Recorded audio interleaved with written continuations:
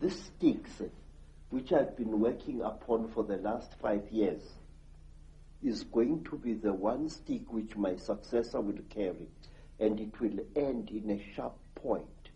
This wood, Rhodesian teak, is the wood that we say can actually kill a chitauli.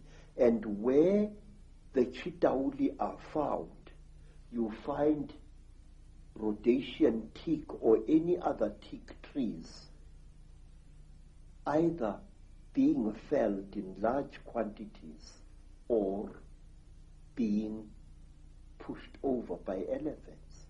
May I point out to you, sir, that many of the trees that are being destroyed in the Amazon jungle and in the Southeastern Asian jungles, as well as in the African jungles, are teak, the one wood that the chitauli fear. And while on the subject of wood, the only mask that can protect you against the chitauli is a mask made of teak. And in some of the flea markets around Johannesburg, I'm seeing more and more masks carved in Mozambique and in Zimbabwe, representing a chitauli.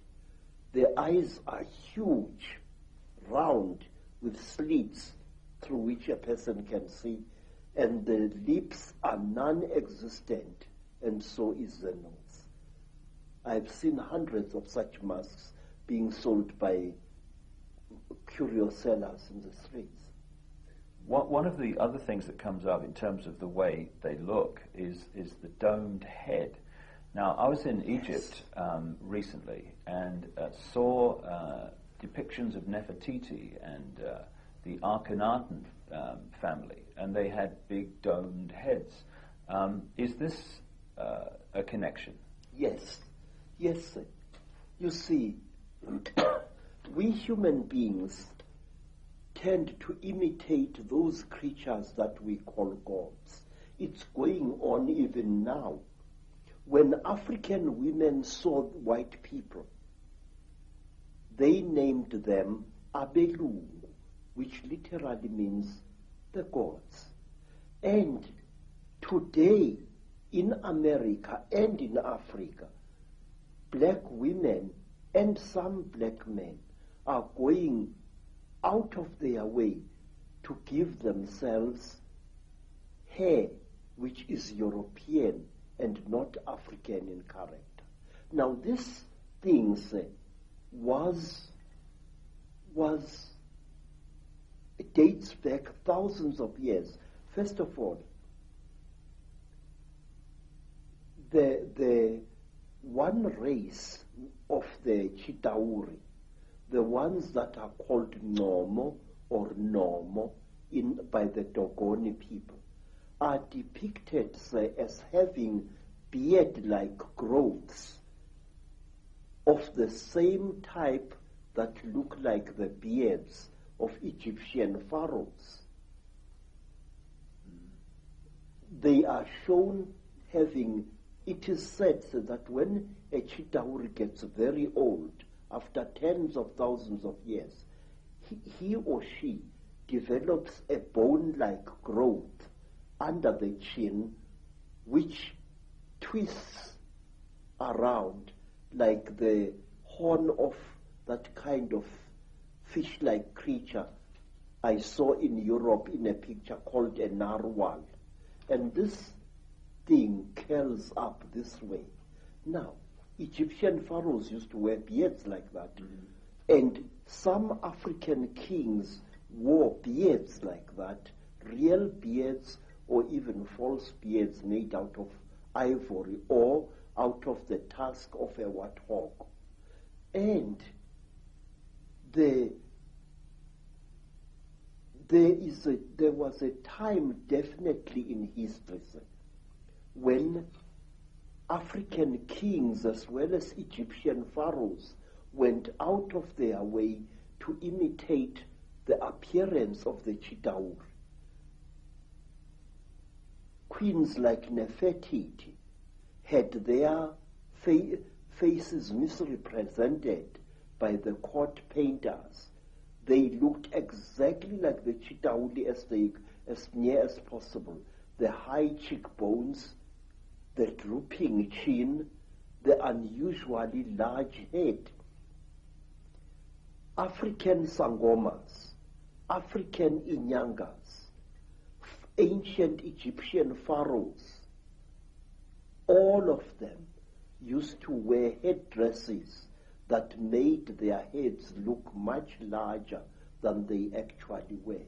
If you look, say, at the crown, certain crowns worn by Egyptian kings, the whole head, the crown, is intended to be an extension of the pharaoh's head, to give the pharaoh an appearance of above average intelligence.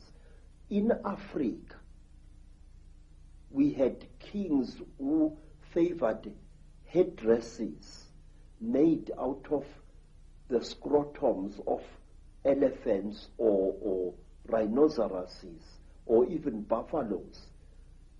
A scrotum which was dried and made bulbous and worn on the head by the king to make his head look larger than it was. And lastly, in ancient Greece, at the time when Greece reached the great heights in its culture and civilization, the great ruler Pericles used to wear a special soldier's helmet with a bulbous skull, a helmet which made his head look much bigger than it really was. Do they still do that today? Are there still African traditions that do that today? Yes, very much so. And in America, some Native American shamans used to wear a special hat made out of the head and the horns of a buffalo, which also made the man's head look bigger than it is. Say, the Pope in Rome wears a hat which is intended to show him as having a brain bigger than average. That crown which has got three crowns, one on top of the other one. And now, bishops, especially in the Greek Orthodox Church, they wear crowns like that. And the Tsar of Russia, one of the Tsars, wore a bulbous crown which was in two sections, which made his head bigger than it really was. And in Persia, in Iran, some ayatollahs wear a turban whose effect is to make the man's head look bigger than it is. So does a Sikh.